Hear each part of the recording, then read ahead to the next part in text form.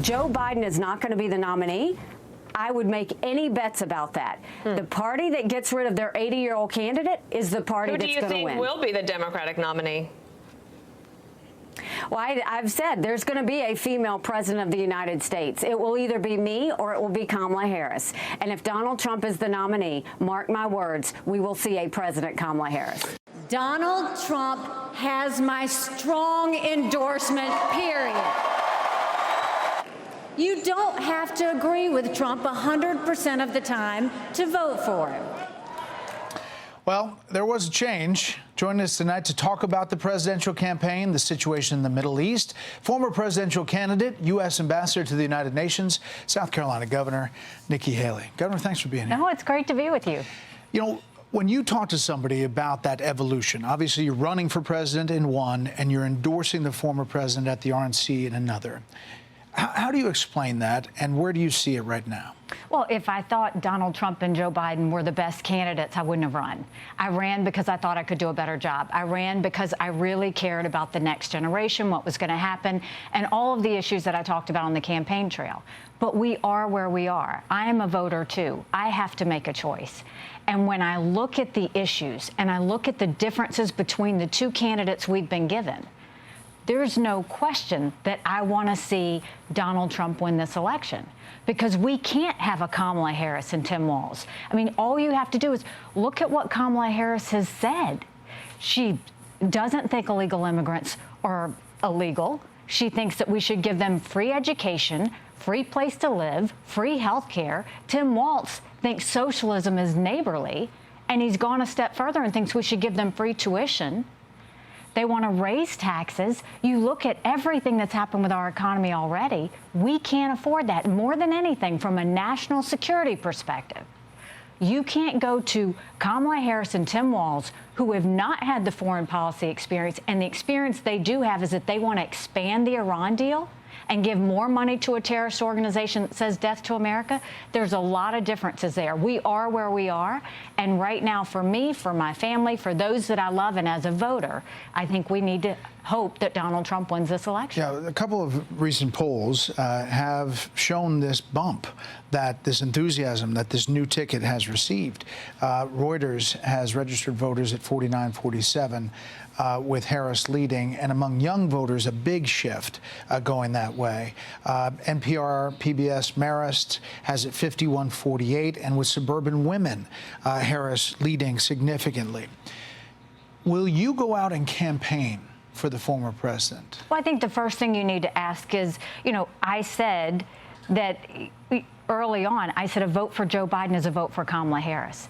I was always running against Kamala Harris. Republicans should not be surprised that we are now running against Kamala Harris. It was her all the time. There was no way Joe Biden, in the condition that we saw him, could take on the stresses of a presidential election. So, you know, that was something I believed in then. It's why I constantly referred back to her, because I knew that Kamala Harris was the person that we had. And look, what I'll say is it's not an issue of whether I go out and campaign for Donald Trump. He's decided the way he wants to do this. What I will tell you is the Republican Party needs to make a serious shift here. And the first thing is the Republican Party, Donald Trump, people here at Fox, quit complaining that she's not giving an interview. You don't need an interview from Kamala Harris. I take her at her word. I take her at her word that she wants to raise taxes for households over $100,000, that she wants to add a pharmaceutical tax and a health care tax. I take her at her word that she thinks that illegal immigrants should be able to vote and be given driver's licenses. I take her at her word that she wants to ban fracking and kill a bunch of U.S. jobs. Take her at her word. Despite the fact that the campaign has pushed back and put out statements and saying that her positions have changed. She has said this. Now, what Donald Trump needs to do is go out there and campaign every single day, telling the American people exactly what Kamala Harris has said. We are 80-plus days out. We need him to win. But you got to go out and do the work. And the one thing Republicans have to stop doing, quit whining about her. We knew it was going to be her. She's not going to give an interview. They're going to hold out as long as they can. That's their right. They can do it. That doesn't mean we can't talk about what she believes in, and we should be getting out there and doing that. And more than anything, This is not an election for just the MAGA vote.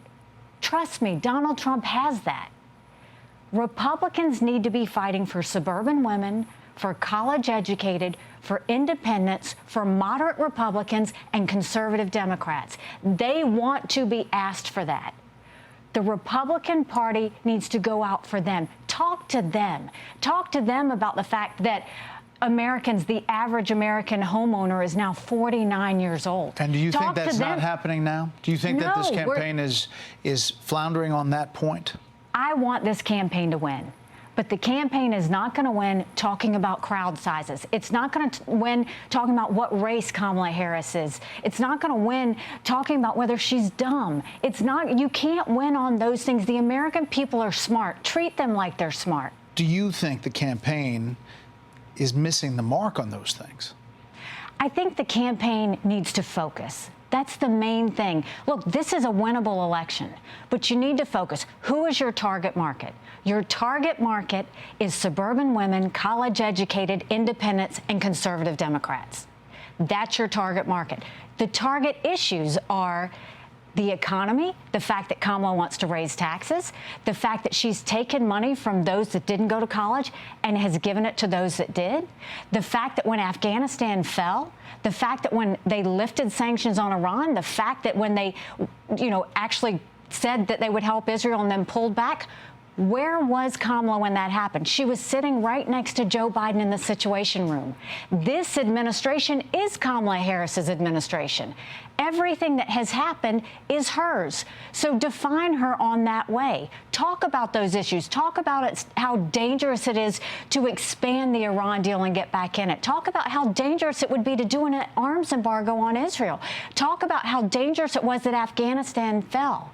And talk about how dangerous it is that you have a presidential candidate and a vice presidential candidate that have never dealt with foreign policy, and their way of dealing with it is we shouldn't treat Russia and China as adversaries. That's what they said. You were very prescient, as you talked about facing Kamala Harris, and that she eventually would be the nominee. Do you think that it was designed that way? Do you think that the early debate and the whole, they knew, do you think they knew that this was not going to be their nominee? I don't know, and I don't think it matters. We're in a knife fight right now. Right now, we need to be focused on who we need to be. But here's why it matters. Not so much how we got to this point. I always knew it was going to be Kamala. I was prepared for Kamala. The Republican Party, I think, should have been prepared for Kamala, and I think they are. But here's why it matters. The key is talk about it. New York Times op-ed, there is still a Biden scandal. The people who readily signed up for another 4 years of a 10-4 presidency are still running the government around him. Certainly, it's better for Kamala Harris not to be asked questions, assuming that she ever deigns to be interviewed about whether she participated in that cover-up or was taken in by it. Indeed, it's better for Harris not to have her boss in the political conversation at all. The better to separate her own identity from his presidency's unpopularity. But to the point of this, President Biden is still the president.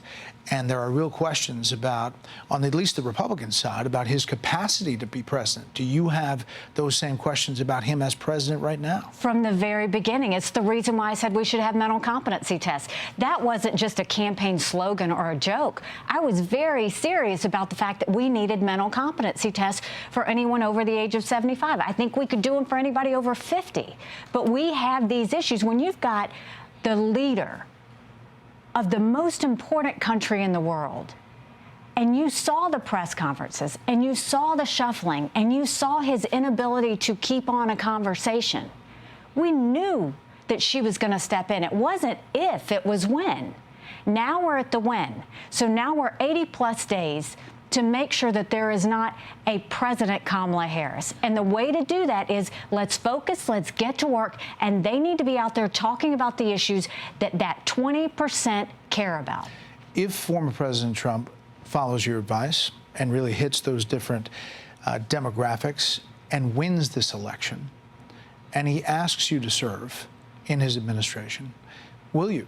Well, I genuinely hope he does that, and I genuinely hope he wins. But no, I'm not interested in serving in the administration. I said that on the campaign. This was never about a position for me. This was never about something else. I ran because I love this country so much. My husband's a combat veteran. I'm the daughter of legal immigrants. I have kids that I worry about as they grow up. It was really in that vein that I ran. But now it's in that vein as a voter that I want to see Donald Trump win, because we can't afford to have a President Kamala Harris. It's so much more progressive than Joe Biden has ever been. Do you think that the first woman president title carries with it a number of votes that people say, you know what, I'm not sure where she stands on these issues, but she would be the first woman president? I think women and I think Americans are smarter than that.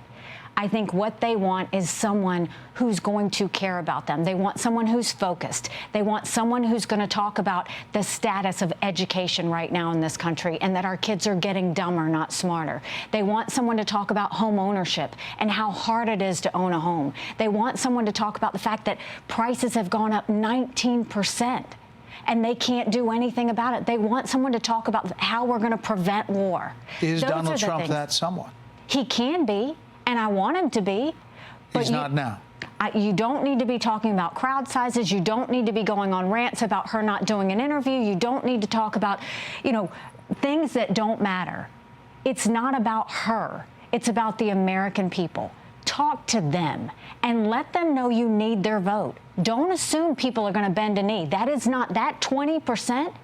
Their ideas are still out. What they like about Kamala is that she's being hopeful. She's talking about freedom. She's talking about a way forward. They don't want a former president talking about the past. Trump knows how to win. He just needs to do it now. He has the ability to do it.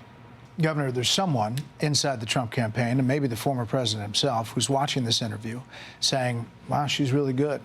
Why can't we use her in suburban wherever?